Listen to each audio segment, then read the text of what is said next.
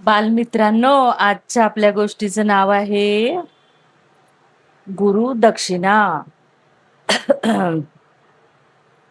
आजची आपली गोष्ट आहे 45वी 45. तर आपण अशाच कृष्णाच्या छान छान गोष्टी बघतोय. श्रीकृष्ण भगवंतानी कंसाचा वध केला. त्याच्यानंतर आपल्या आजोबांना उग्रसेन याला कैदेतून सोडून त्याचा राज्याभिषेक केला. त्याच्यानंतर सगळ्या जे जे कंसाच्या धाकानी बरीच लोक घर सोडून गेलेली होती, गावं सोडून गेलेली होती, त्या सगळ्यांना त्यांनी परत मथुरेत आणलं. अशा बरेच कामं केले. आणि तसंच आपल्या माता पिता जे यशोदा माता आणि वसुदेव होते त्यांना जाऊन भेटले.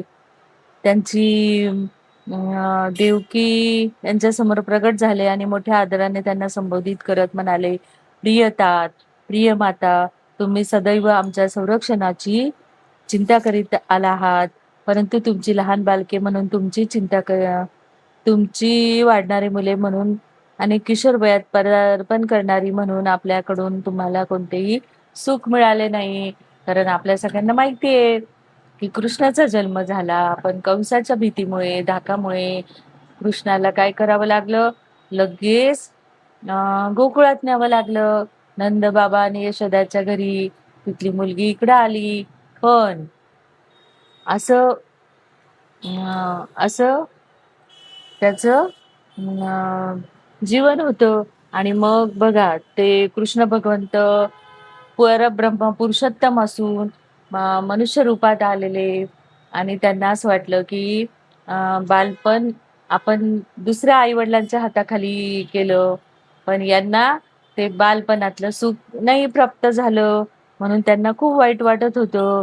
त्यांनी सांगितलं की सर्व प्रकारच्या भौतिक लाभांना मिळवून देणारे हे शरीर ज्याच्याकडून प्राप्त होत असते, अशा त्या आई वडिलांच्या ऋण मनुष्य कधी फेडू शकत नाही. वैदिक आज्ञेनुसार हा मनुष्य देह प्राप्त करून जीव सर्व प्रकारचे धर्मकृत्य संपन्न करण्यात, सर्व इच्छा पूर्ण करण्यात आणि सर्व प्रकारचे धन प्राप्त करण्यास समर्थ होतो. आणि या मानव देहातच भौतिक अस्तित्वातून मुक्ती मिळण्याची सर्वतोपरी शक्यता असते. हे शरीर माता पित्यांच्या एकत्र प्रयत्नाने निर्माण होत असते. म्हणून मनुष्याने माता पित्यांच्या ऋणाची जाणीव ठेवावी. आणि ती जाणीव भगवंताला होती, म्हणून त्यांनी सांगितलं की माता पित्यांचे, साध्वी पत्नीचे, मुलाचे, गुरुचे, ब्राह्मणाचे आणि इतर आश्रितांचे रक्षण करीत नसेल तर मुलाचे, तर तो श्वास घेत असतानाही मृत असल्यासारखा आहे. म्हणजे आपल्या आई वडिलांना, गुरूंना खूप मान दिलेला आहे आपल्या कृष्ण भगवंतानी. कारण की पूर्ण पुरुषोत्तम भगवान एका निष्पाप बालकाच्या भूमिकेने असे मधुर शब्दात बोलत असताना देवकी वसुदेवांना तर खूप आनंद झाला, खूप भरून आलं. त्यांच्या डोळ्यामधून खूप अश्रू वाहत होते की आपला मुलगा इतका सुज्ञ आहे. आपल्या आई वडिलांचे सांत्वन करून पूर्ण पुरुषोत्तम देवकीच्या प्रिय मुलाच्या रूपाने आपल्या आजोबांकडे, उग्रसेनाकडे गेला. त्यांना कैदेतून सोडवलं, त्यांचा राज्याभिषेक केला आणि सगळं मथुरा वासियांचं सगळ्यांचं मन पूर्ण केलं. आणि मथुरेत असल्यामुळे नंद महाराज आणि यशोदा हे देखील मथुरेत होते. मग त्यांना पण गोड शब्दात बोलून त्यांना सांगितलं की मला खूप कामं करायची आहेत. आता मी बालपण माझं तिकडे गेल्यामुळे आई वडिलांजवळ मला राहता नाही आलं. आता मी यांच्याजवळ थांबतो. माझे काम पूर्ण झाले का मी येईल, असं गोड शब्दात सांगून नंद महाराजांनी यशोदा मातेला पण सांत्वन केले आणि त्यांना अनेक प्रकारची आभूषणे, धातूची पात्रे उपहार दिली. त्यांच्यासोबत वृंदावनात आलेल्या त्यांच्या मित्र बांधवांना देखील त्यांनी आदराने वस्त्राभूषणे अर्पण केली आणि त्यांचा हृदय भरून आलिंगन दिले. आणि तदनंतर ते आपल्या गोप बांधवासोबत वृंदावनात परत रवाना झाले. वसुदेवाने नंतर आपल्या मुलाच्या यज्ञोपवीत संस्कार केला. यज्ञोपवीत म्हणजेच मुंज. आणि मुंज झाल्यानंतरच गायत्री मंत्र चा आपण जप करू शकतो, असा हा गायत्री मंत्र असतो. हा गर्गाचार्य यांच्याकडून, यदुवंशाचे आचार्य होते, त्यांच्याकडून यांची मुंज करण्यात आली. म्हणजे यज्ञोपवीत देण्यात आलं त्यांना. आणि यज्ञोपवीत दिल्यानंतर नियम असतो की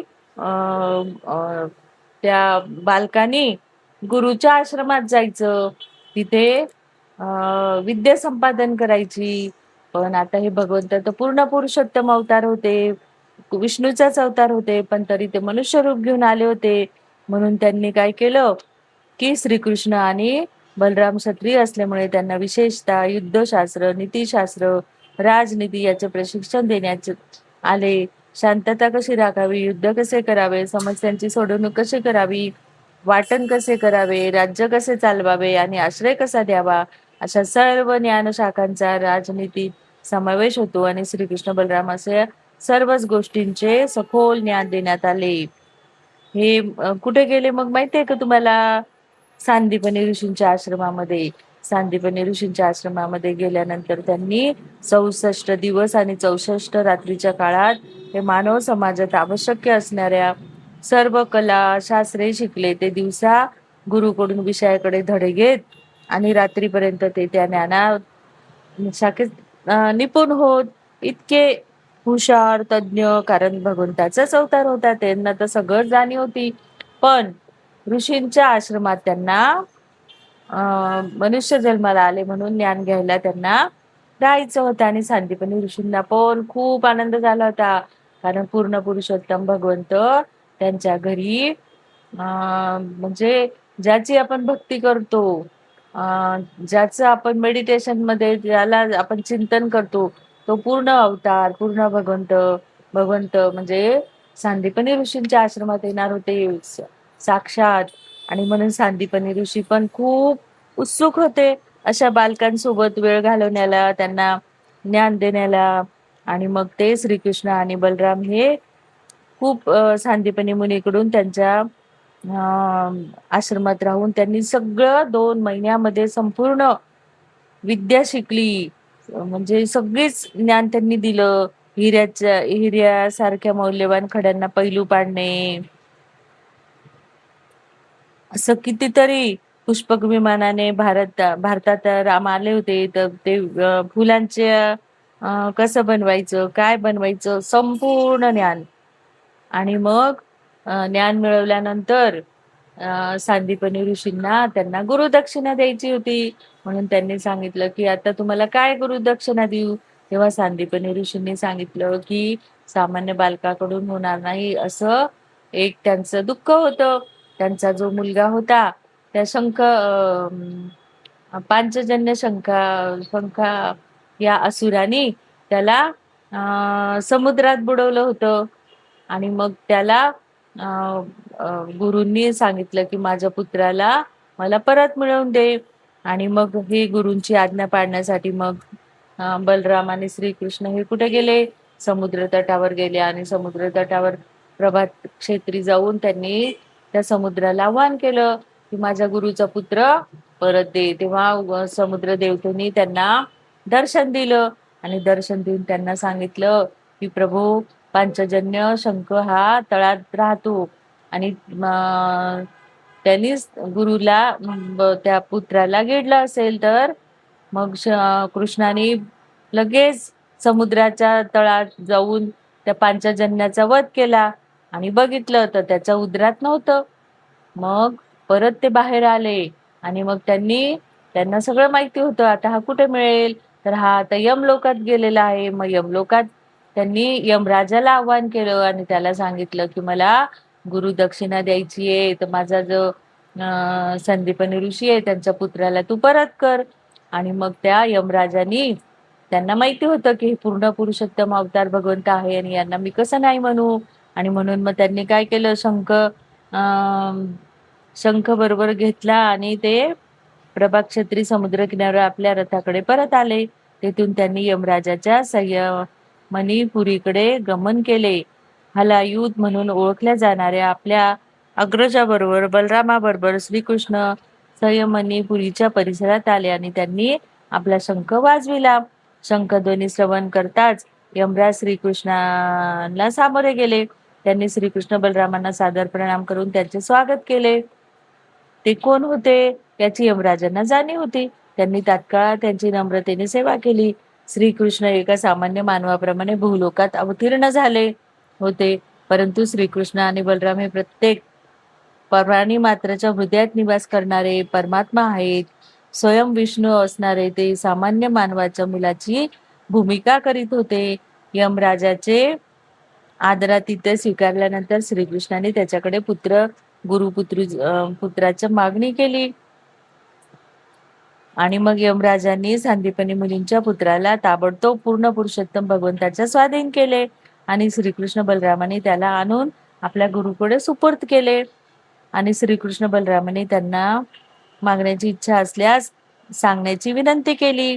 सांदीपनी मुनी म्हणाले, प्रिय पुत्रांनो, तुम्ही माझ्याकरिता भरपूर काही केले आहे. मी आता पूर्णपणे संतुष्ट आहे. तुमच्यासारखे शिष्य असणाऱ्याला अधिक इच्छा ती काय असणार.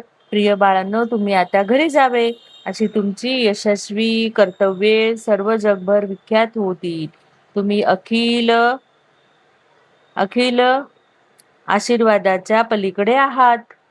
तरीही तुम्हाला आशीर्वाद देणे माझे कर्तव्य आहे. म्हणून मी तुम्हाला आशीर्वाद देतो की तुम्ही जे काही बोलाल वैदिक संदेशाप्रमाणे नित्य नवीन राहील.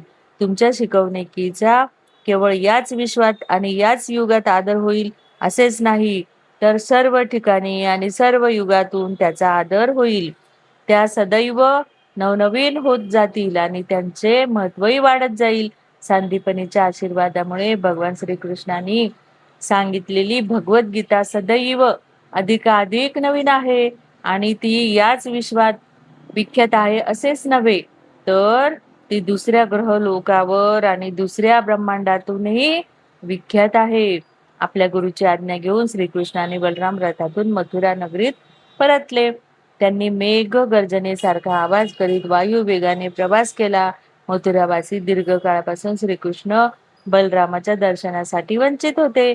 आता पुन्हा त्यांचे दर्शन करून ते अतिशय संतुष्ट झाले. हरवलेले धन पुन्हा मिळावे त्याप्रमाणे ते अतिशय आनंदी झाले. मग तुम्हाला आवडली का श्रीकृष्णाची गुरुदक्षिणा? बघा, भगवंतानी शिष्य रूपा असून म्हणजे पूर्ण पुरुषोत्तम भगवंत विष्णू अवतार असून सुद्धा त्यांनी आपल्या गुरुकुली जाऊन त्यांनी पण शिक्षा घेतलेली आहे. गुरूंची गुरुदक्षिणा दिलेली आहे. त्यांच्या गुरुपुत्राला त्यांनी वापस आणून दिले यमलोकातून. म्हणजे बघा किती हे गुरु महान आहेत. अशा श्रीकृष्णाला आपण वंदन करूया आणि अशाच त्याच्या छान छान गोष्टी ऐकूया. आवडली का मग तुम्हाला गोष्ट? पुढची गोष्ट आपण अशीच बघूया. ओके.